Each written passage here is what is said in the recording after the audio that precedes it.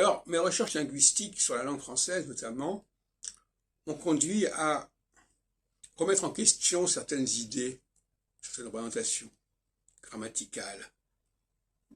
Par exemple, beau, B-E-A-U, c'est comme un masculin. En réalité, c'est un féminin. Le masculin, c'est belle, B-E-L, et ça donne beau, B-E-A-U, B-E-A-U, qui donne aussi beauté. Or, les substantifs ne sont pas formés à partir des formes masculines, mais à partir des formes féminines. Grandement, activement, etc. etc.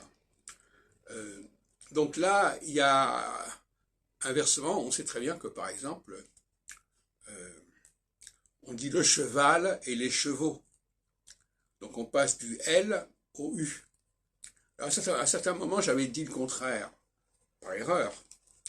J'avais dit qu'on passait du U au L, mais en réalité, non, c'est le contraire, on passe du L au U. Et vieux, c'est un féminin en fait. Le masculin, c'est vieille, B-I-E-L.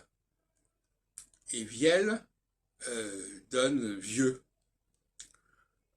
Donc, il y a une question qui peut se poser à ce niveau-là.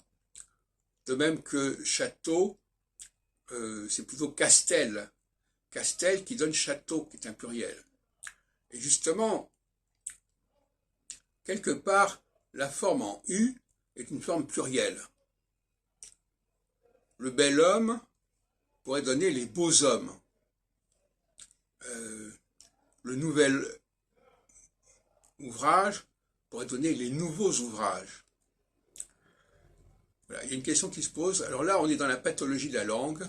Pourquoi on en est arrivé là? Qu'est-ce qui a fait qu'on est arrivé à des choses complètement incohérentes? Puisqu'on dit général, généraux, on voit bien qu'on passe du L au U. Alors que dans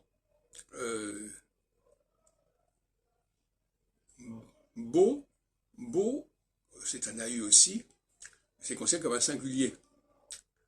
Mais c'est aussi un pluriel, puisqu'on dit les beaux sommes, les nouveaux élus. Voilà, je vous laisse sur cette réflexion.